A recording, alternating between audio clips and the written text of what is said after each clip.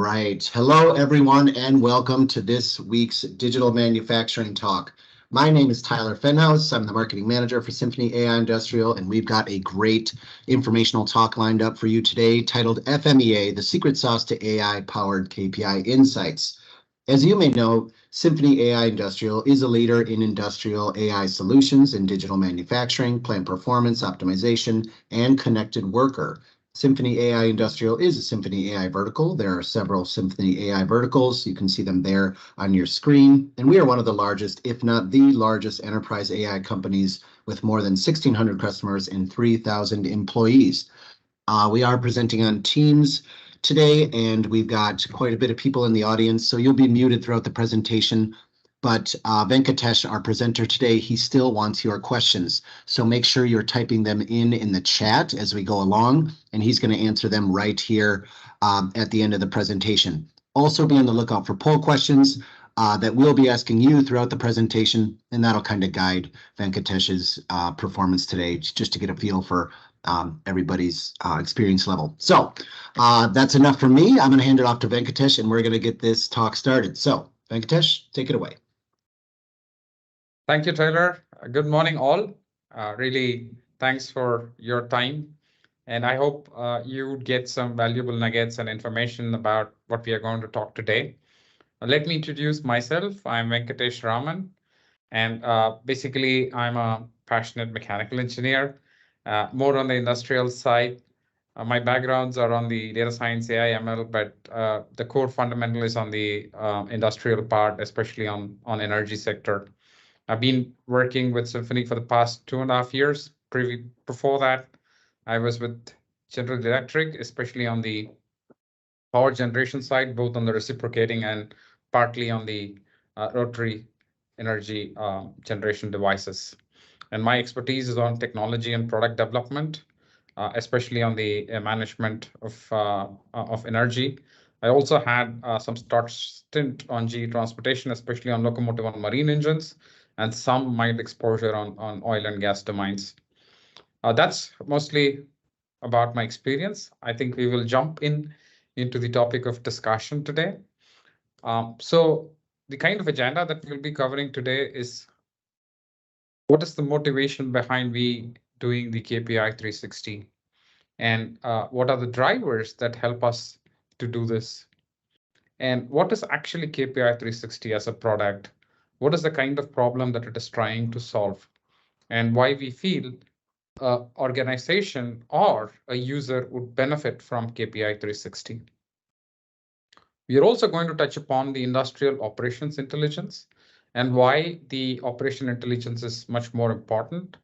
We know about the business intelligence part, but the industrial operation intelligence is the one that basically helps in connecting the bottom to the top. And we are going to discuss a little bit about that. And then the key part is the digital FMEA. Now, I know that FMEA is a failure mode effect analysis is more on the basis of identifying a failure mode, but how is it connected to KPI, right? So first of all, we will touch upon how we translate the FMEA to a digital FMEA and how the digital FMEA is then helped used to identify the impact on asset level KPI, and from the asset level KPI to plant level KPI, and then relating that to a business level KPI. And of course, we are going to have some sort of actionable insights on the KPIs and some example of that all through. And please participate on the poll question so that I get a feel of what is the status with respect to the audience and what is your inputs about it. And of course, we will have a short Q&A session depending on time. We may not be able to take all the questions if there are too many questions, but we'll definitely be able to address them as we move forward, if via email or some other means as we connect through. Okay, so Taylor, back to you. All right, we do have a poll question right out the gate here. You should be able to see it there on your screen and just click to vote, the radio button. Do you have a data analytics, advanced analytics, digital transformation initiative in your organization? Yes, for many years. Yes, you just started. No, but you're planning to start, or no, and no plans at the moment. So go ahead and click to vote, and you should be able to submit. And it looks like About a quarter of the room is voted, so go ahead and get those votes in. You should also be able to see the polls in the chats, and you can vote there as well. All right, looks like about a third of the room is voted, so get those votes in. I'll leave it open for a couple more seconds, and we will get started here. All right.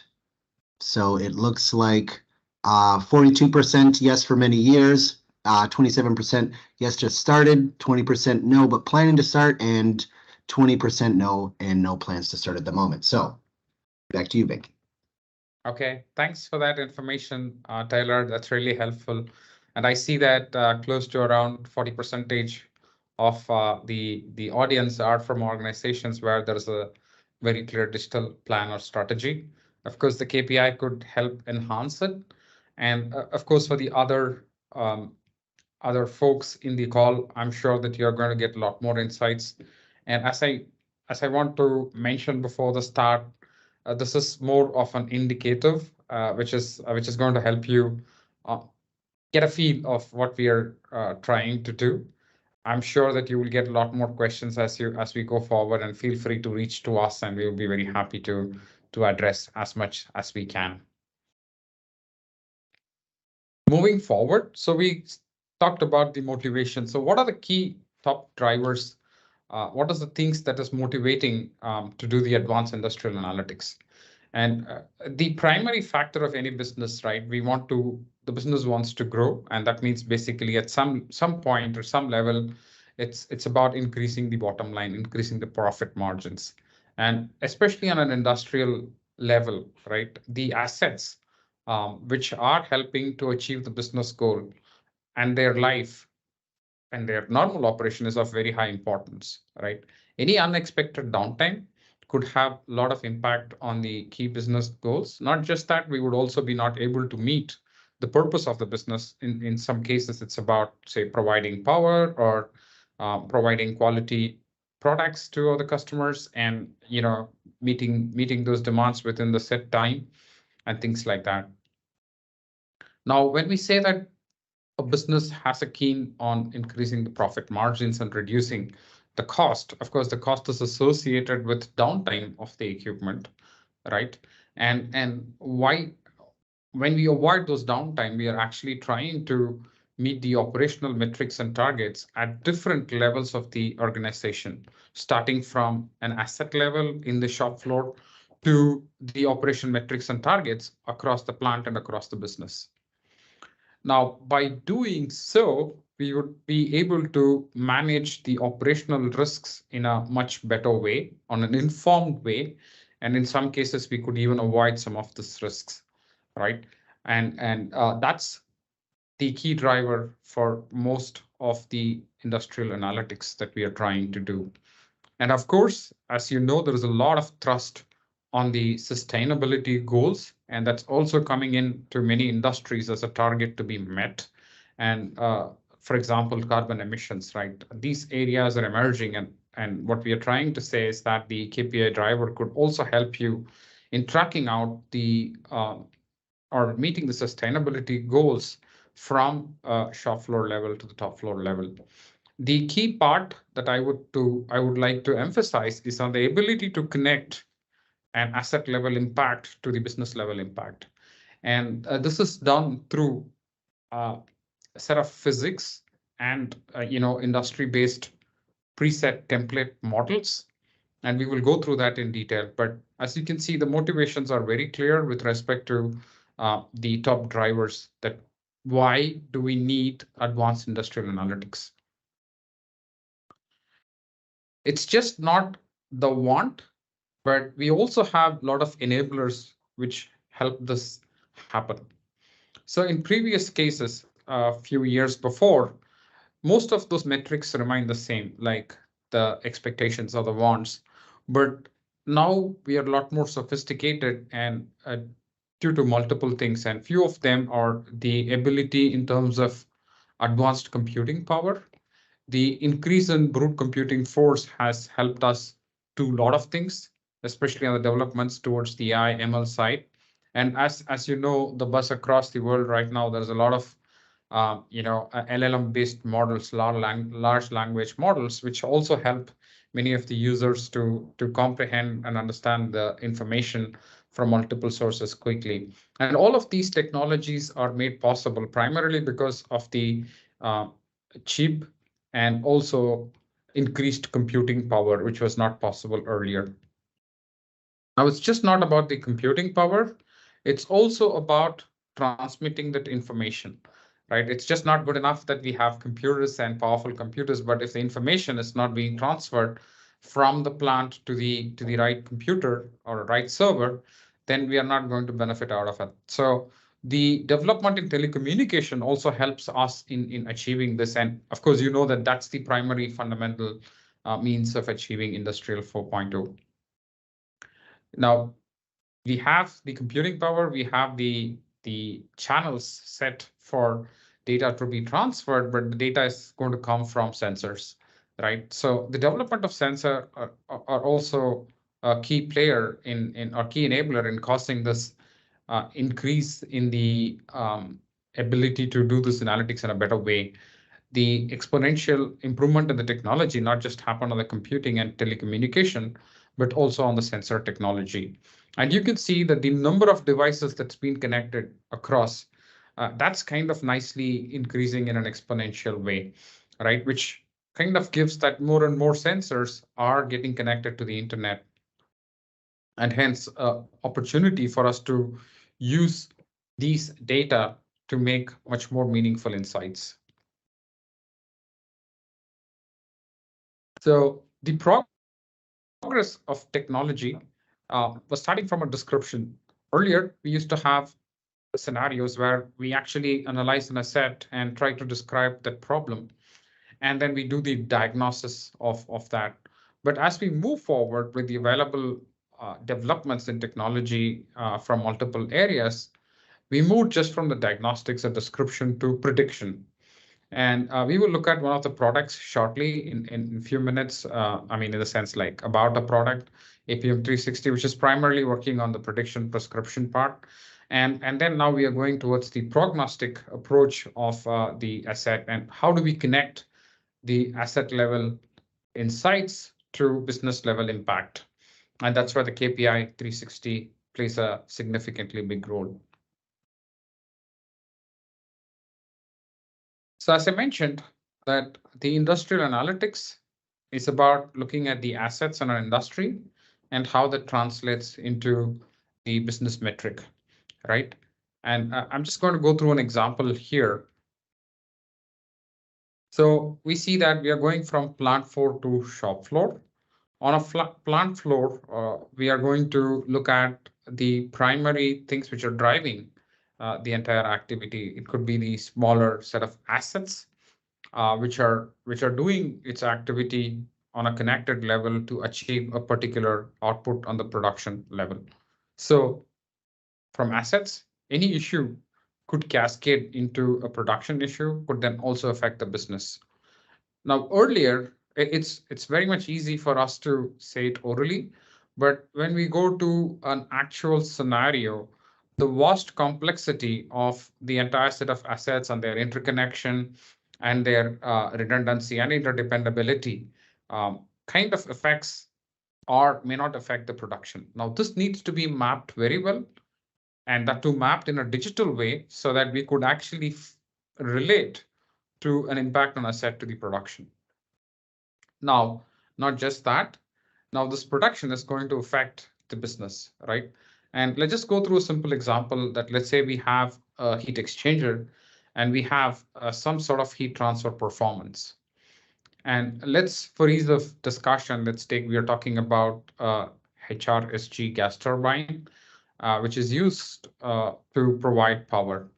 Now, assuming that there is an issue on the heat transfer performance of the HRSG, the exhaust of the steam, exhaust of the turbine is not effectively transferring into the rise in temperature of the steam, or the heat transfer is getting affected. What would be the impact on the production, right?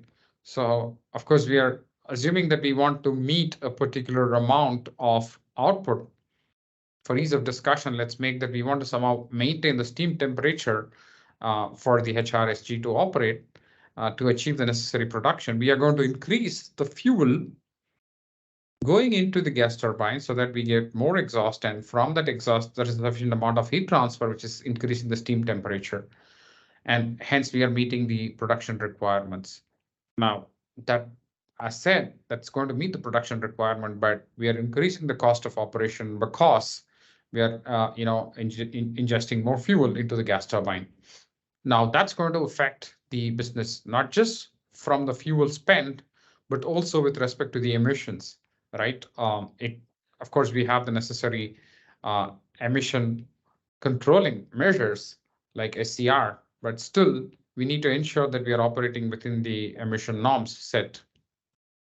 And that also means by doing all of these things, the profit margin associated with the unit of production is going to go down. So I think this kind of gave a clear link between the asset to the business, which I feel most of you in the industry would very much be able to relate to.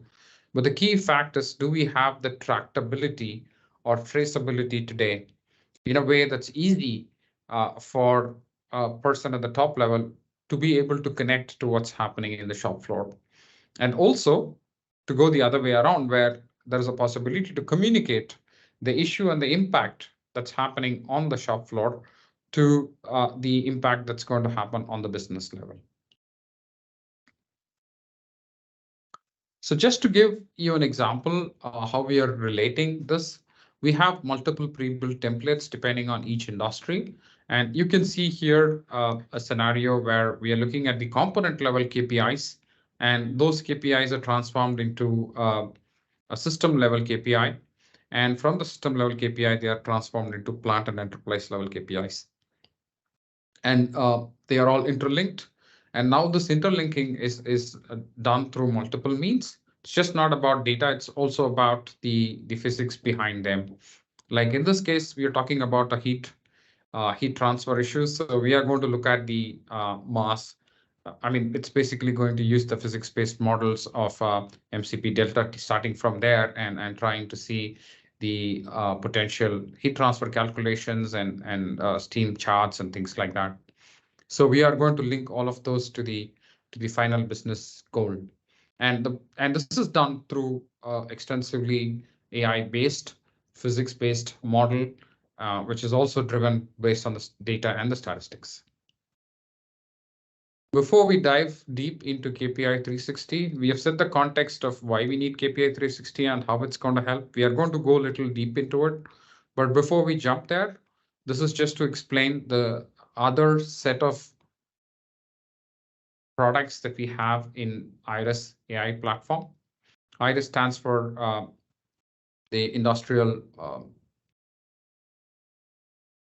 Refresh and Information System, and this helps in providing necessary base for all of these products to be built over. We'll start from APM 360. As I mentioned, the APM 360 is primarily for reliability and predictive maintenance of an asset. And here we want to predict the issue before and prescribe the necessary actions for that particular asset.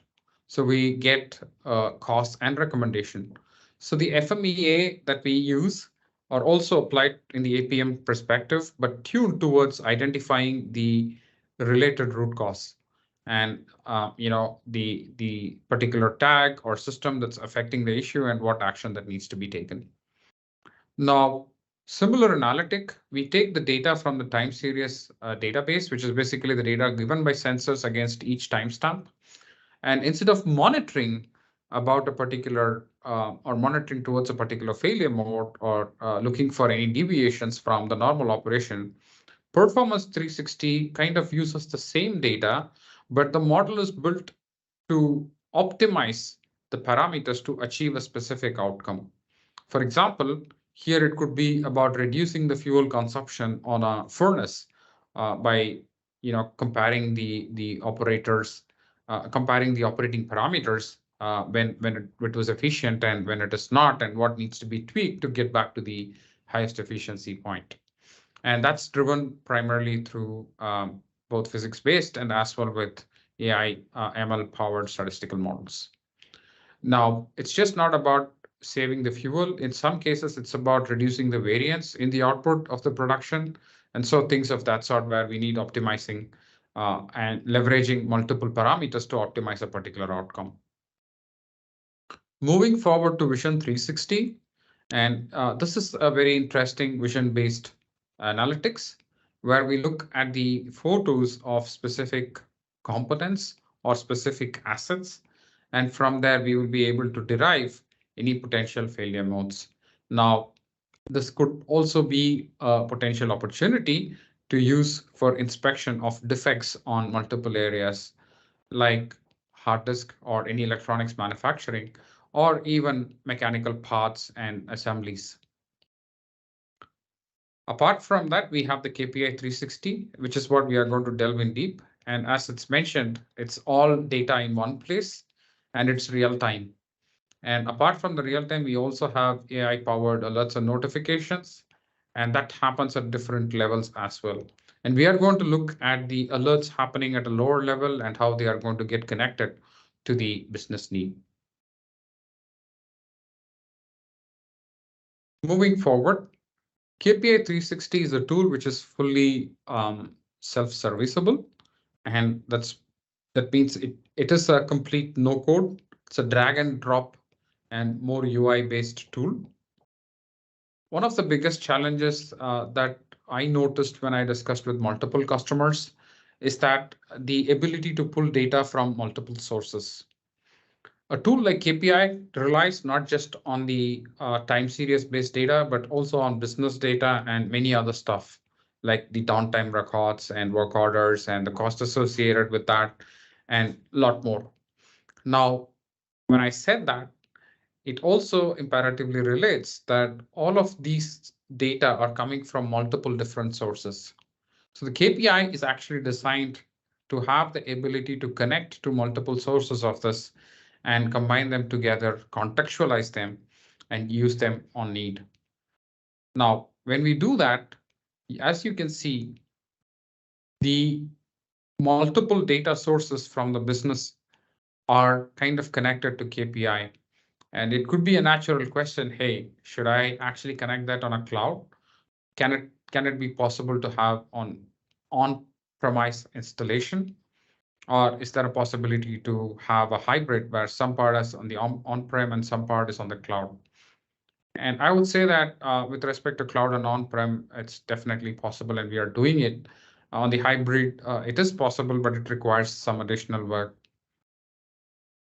With respect to the connectivity, as you can see, we have multiple sources to connect and ability to take the data and use it for our purpose. But it's not always that all the data is readily usable. So once we connect the data, we get the data, we kind of transform the data. That means we do some sort of data cleansing, transformation, and we also have ability to provide some insights about things like sensor fault detection. And in some cases, due to some issues, some of the data or sensor may not be providing information. That's a missing data, right? But we can't really allow a business critical KPI not being available just because of some sensor going off. So based on the training data, we could actually do something called as data imputation.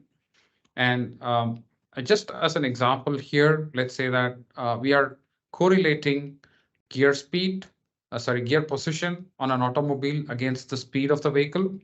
And we could feel, okay, hey, we are going in fifth gear. That means it could be 100 miles per hour.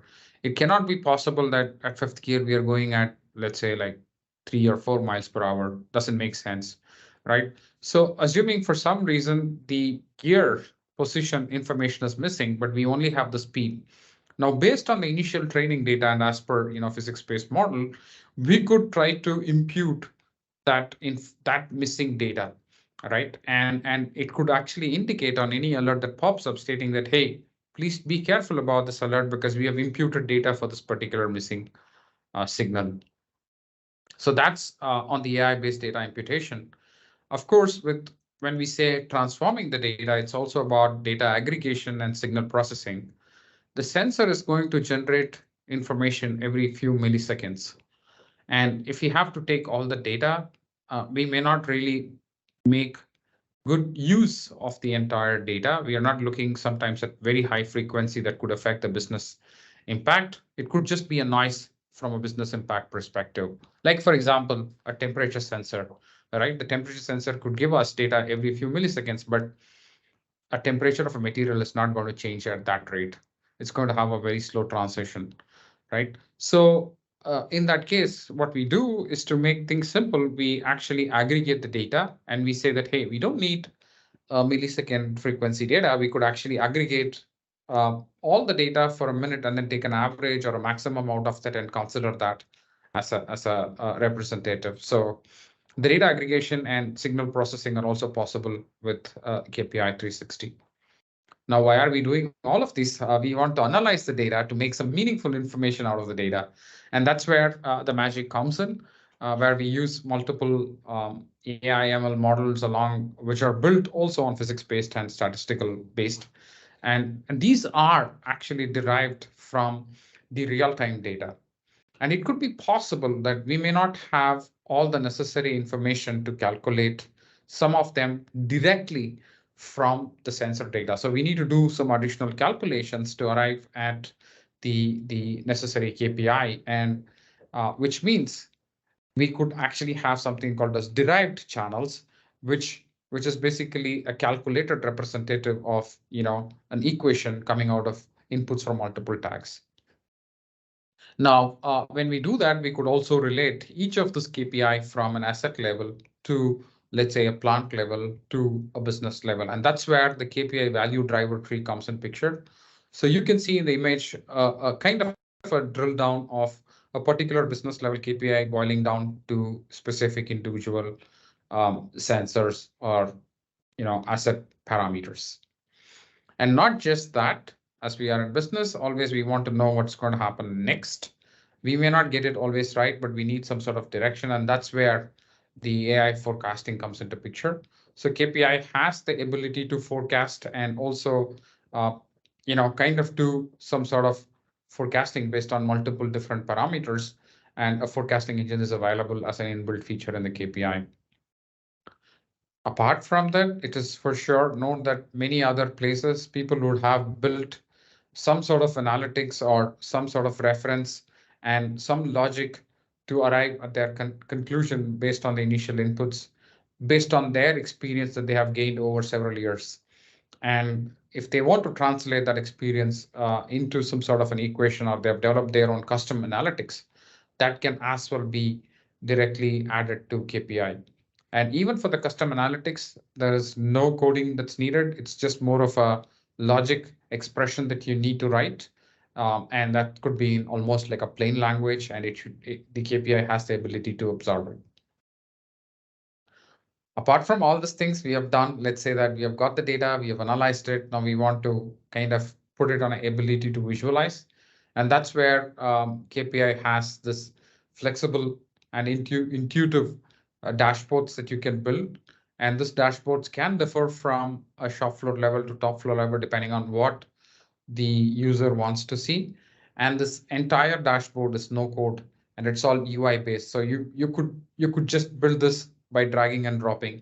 And of course, when all of this is available, we need to have the entire team to be able to work and access on this. And so the entire tool helps in also building the collaboration and helps in visualizing the issues. Now, you may wonder, hey, my industry is pretty different and we are having some sort of process which is not already there, or you probably may not know because it's proprietary. How do I actually build this? So we have ability to create your own dashboard, and that's custom made. You can actually do it yourself. It also has visualization library where you could look at multiple different kind of graphs and visualization that you can pick and drop, which could work for you. Not just that, you can also integrate with the other tools that you have through an open API integration.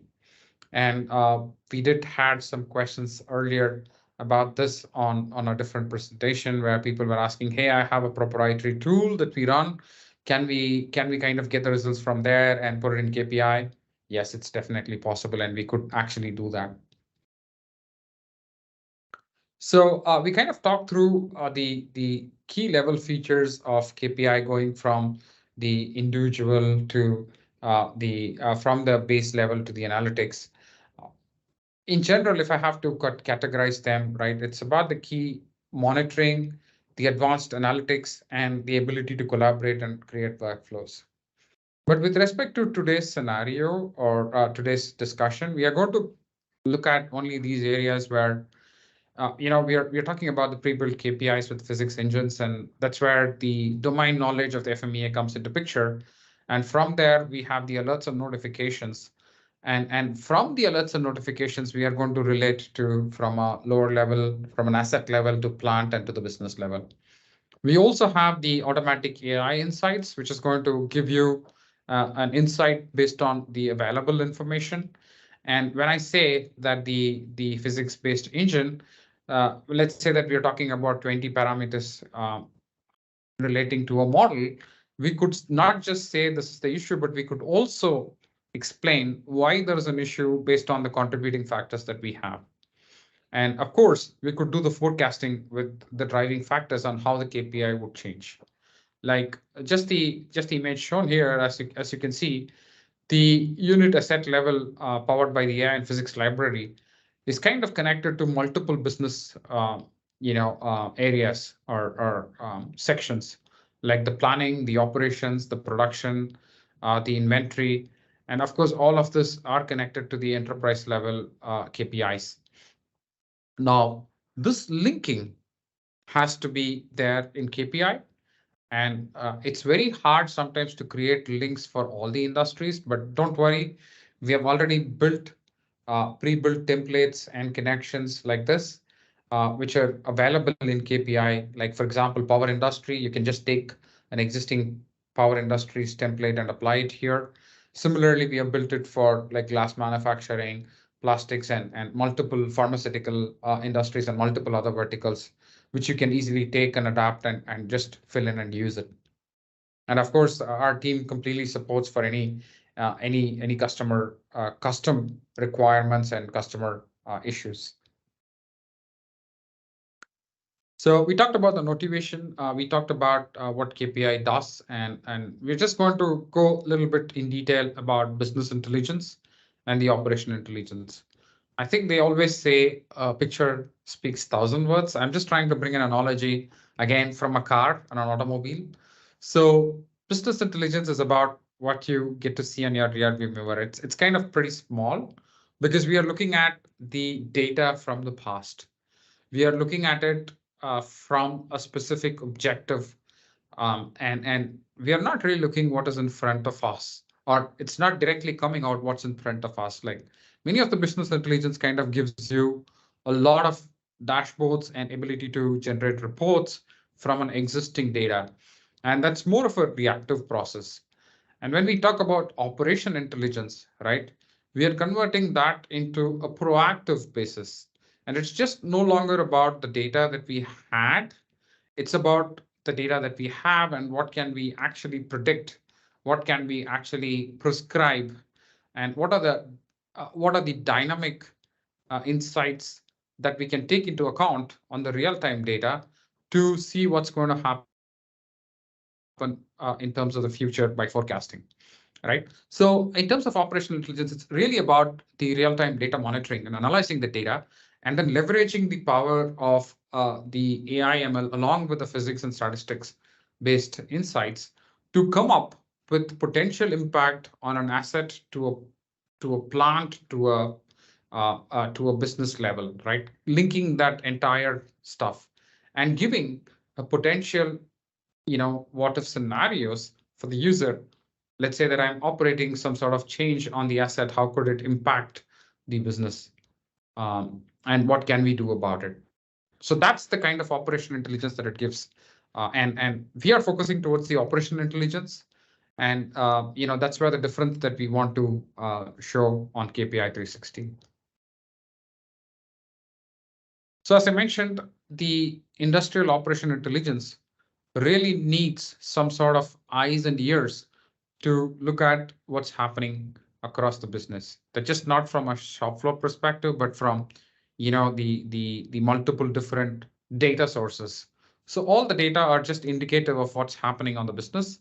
We start from the OT layer, from the asset to the OT layer, and OT layer is where we have the historians, the SCADA, the PLCs, and a few other data aggregation stuff. And from there, we relate to the IT layer, where we also have the business data, the CRM, and as well, the other stuff associated apart from the time series based data. Now, having all this data is not sufficient. We want to make meaning out of this data, information out of this data. That's where the intelligence layer comes into picture. So we are looking at multiple of this option packaged together. And, the business intelligence is kind of partly leveraging this. And the operational intelligence is kind of sitting over all of this and leveraging the total ecosystem around it. So it's just not about looking at the reliability with respect to APM or performance with respect to Performance 360. We're talking about linking all of that and making a sophisticated big model which kind of connects all of this together and relates to the entire operation of the plant and the industry. So in essence, what we just saw is indirectly connecting the shop floor to the top floor, and it's the KPIs that is monitored at different level, and they are not interlinked to the high level objective. So that's what we are going to do on KPI 360, and we are going to go through a simple example. So why is KPI 360 different from most of it apart from the operational intelligence? It is actually a plug and play industrial operation intelligence. So it's just a simple tool where it can directly plug and play. We have minimum time to connect and get this up and running because most of it is already pre-built and it is easily drag and drop customizable. So it kind of simplifies the entire operations, bringing into a single page and a single place for all the users to look at and relate to what's impacting from the bottom to the top. And as I mentioned, that it connects to any data source. And of course, we have pre-built libraries on industry standard KPIs. And if you want to build your own, I think it's not a big deal. It's just drag and drop and some basic logics that you need to run. And it's pretty straightforward. And we also have the configurable visualizations dashboards, and depends on what you want to see, how you want to see it. It's all possible directly from the UI. And how deep are this pre-built KPI libraries? I'm just showing some of this here for you to get a feel. Like you can see that we have this pre-built templates connecting on a power industry, on a transmission system and generation system, on process related industries about this heat exchangers, hydraulics and turbines, and a few other areas. So today we are going to focus on a power generation application. But before we get there, we just talked about this and how we are going to look at it again and again. And this is the key point, that we are connecting the asset to the production to the business level KPIs and how we are going to do it. And this is an example that we just saw through earlier.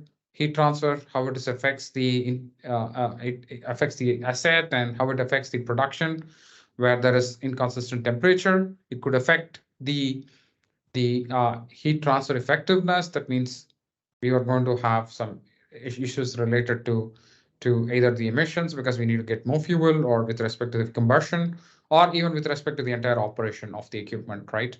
And of course, that's going to affect the business level with respect to individual parameters. Okay, so how does the KPI dashboard look like? And what you're seeing is an example for a power generation. And you could see the first dashboard, which gives an executive summary.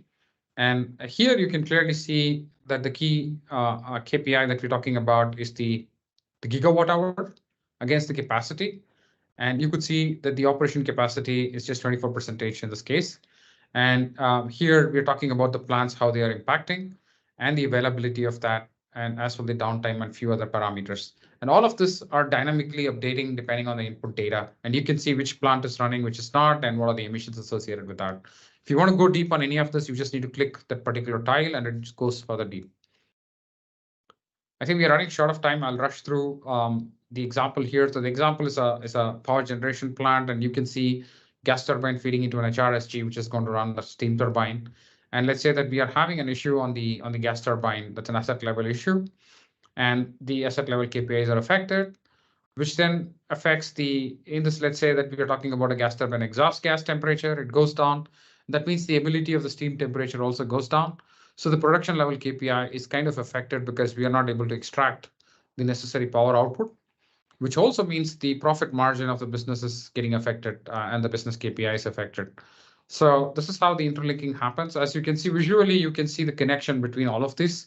And you would see that the power generation, net power generation, and the fuel consumption are all dynamically varying depending on the actual running condition of the asset. Now, this is the key concept. We talked about FMEA, failure mode effect analysis. I know there are standard FMEA practices available across multiple industries. The digital FMEA is a means to digitize that FMEA into individual specific failure modes, and you see the severity, occurrence, and detectability, and we have the RPN, and from the RPN we could identify, hey, if there is an issue with the pressure output, then it could be probably because the strainer is clogged. So we could actually say the strainer is the issue. So the differential pressure across strainer could have higher weightage for that failure mode for the pressure drop in the system. So similarly, we could actually relate to all of this. Now, just not about the asset that the pressure drop happens, but the pressure drop also impacts the output on the production, right? So from the asset level KPI, we could actually, from the individual sensors, we could say which sensor affects a particular KPI in an asset. And from there, we relate to the production KPI, and from there, we relate to the business KPI. Now, how is this done? So for each contributing factor, which is basically each sensor, and for each failure mode, we give a weightage. Let's say we are going to take about two different, one is the two different tags. Let's say in this case, speed and the gear position, right? And if the speed goes down, it could be related to both gear position and the speed. But if the fuel level goes down drastically, none of them may be related. So in the first case, when it is related to these two, both of them will get weightage of a reasonable high number. But when it comes to fuel level going down drastically, none of this contributes, so they have weightage of almost zero. This is how we classify each of this failure modes and then connect them. Now, when we assign the weightage and translate the FMEA into a digitized FMEA, of course, this is going to be challenging for all the assets that you may have to do from beginning. But not to worry, we already have FMEA templates done for across all of this multiple industrial assets. And we are already using it across multiple industries in APM and Performance 360 projects, and of course in KPIs as well. So we looked at how the FMEA and how the FMEA can relate to an alert. So in this case, there was a turbine lube oil pressure anomaly. And we know that could be because of lube oil pressure going down. That could be because of filter clogging. So we relate this to the pressure after filter or pressure differential pressure across the filter to the turbine lube oil system. And we say that when those two tags are behaving abnormally, it could affect the oil pressure. And that means we probably need to monitor the variability in the lube oil pressure and inspect the necessary filters or the pressure line for any clogging or any leakage, right? Now that means the pump 2 is affected, right? If you go back here, it's about the unit 2 pump 4. So in this case, the unit 2 pump is affected. That means the unit 2 is probably going down. And that means we are going to look at, see the unit level going down and connecting to a high level KPI. And so from there, it relates to heat rate reduction, which means it's affecting a business KPI, right? So all these things are linked together, and the KPI 360 kind of links all of this into a single channel. So a person at the shop floor would look at the alert with respect to the asset KPIs, but whereas a plant manager at a production level will look at the production KPI alert, and the business person at the top floor would look at the business KPI. And all of this are linked. So when a person looks at this and he could look at the linking alert, it could cascade down to the assets KPI. Now that kind of nicely translate into the dashboard. So you can see that information right in front of you when somebody clicks the heat rate, why it is going 17% down. And it kind of gives the information of where it stands, and that's the trending and what is actually happening to the unit level. And they could go further in details when they go further from here on the asset tree and hierarchy. So in essence, if I have to summarize, the KPI 360 is a plug and play operational intelligence tool. It is kind of connecting the shop floor to the top floor. So the knowledge is automatically taken care through the custom built templates, and having the digital FMEA along with insights enables this powerful insight traveling from the shop floor to the business and giving the right insights at different levels and showing the linkage and an ability to feel the impact of what's happening in the ground floor and how it is impacting a business KPI at the top floor. So digital FMEA enables in identifying the right issue at an asset level and linking that to a production level. And then the pre-built templates in KPI kind of takes it from the production level to the business level on the linking. I think now it's time for a short poll question. So Taylor, back to you. Right. So you should see that poll on your screen and go ahead and click to vote, and then we will take any of your questions you had for Srinivas. But the question is, do you currently have an industrial operations intelligence system that connects the shop floor to the top floor? Do you see a need for that in your organization? So go ahead and get those votes in. Just click to vote. It looks like a quarter of the room is voted, so go ahead and get those in. And then, of course, you can go over to the chat and get any questions in you want for Srinivas. I had a few come in directly, Srinivas, and also I had some people asking for a recording of this. I will have a recording of this presentation shortly after. I'll have a YouTube link. I just need to export and get that uploaded. So, all right, looks like the majority of you have voted. So let's take a look.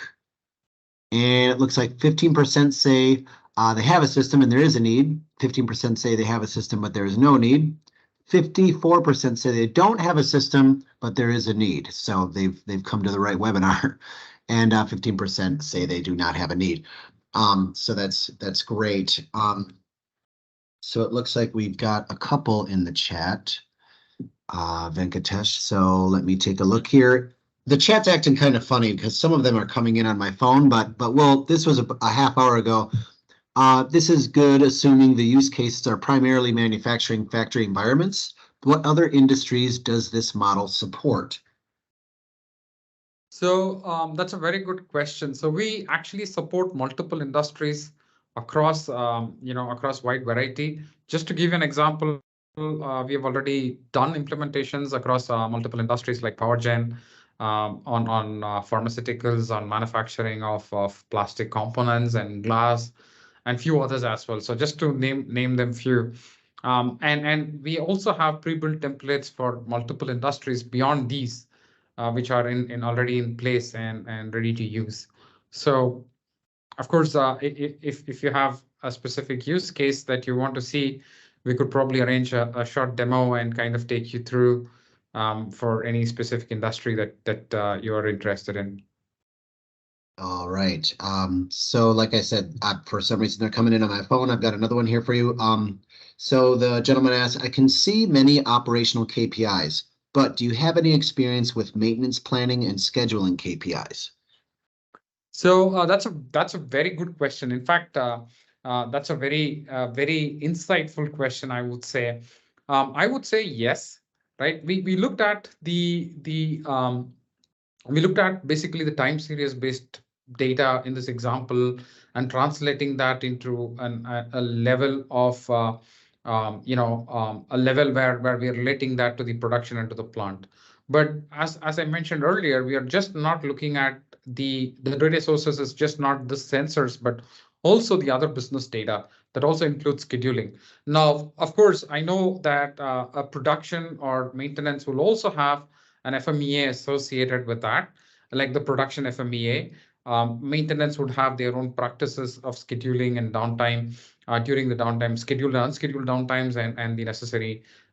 So we could actually, I mean, not we could, we actually have a means to connect these actions as well as an input to the production level.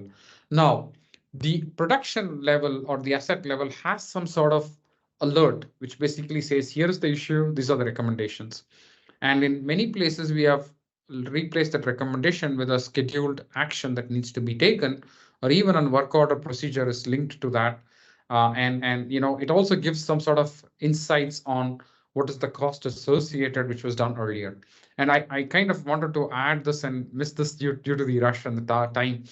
So we actually have a LLM based copilot getting created, which is going to intuitively take your questions in a chat box, and it will be able to give you answer based on all the sources consolidated. So assuming that you don't need to really go through the entire set of documents, like in this case, you want to know about an issue on the inventory, whether it's available, because we are seeing a set going through some challenge or issue, I would say failure mode, and it's going to happen pretty soon, and you need to be prepared for it, but you don't know whether that information, that particular component is available in inventory. And now you don't need to go back and search the chat that the LLM Copilot would actually give you that information when you just type and ask for it.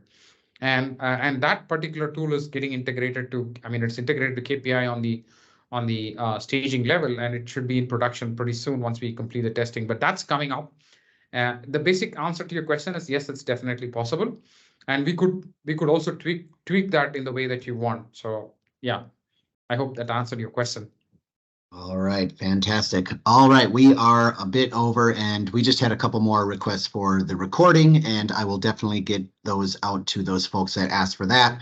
And with that being said, Venkatesh, I know these are very time consuming, and that was a great presentation. But I know these are a lot of work to put together, so I really appreciate you doing that for all these folks today. So thank you to Venkatesh, and thank you to our audience for hanging in there till the end.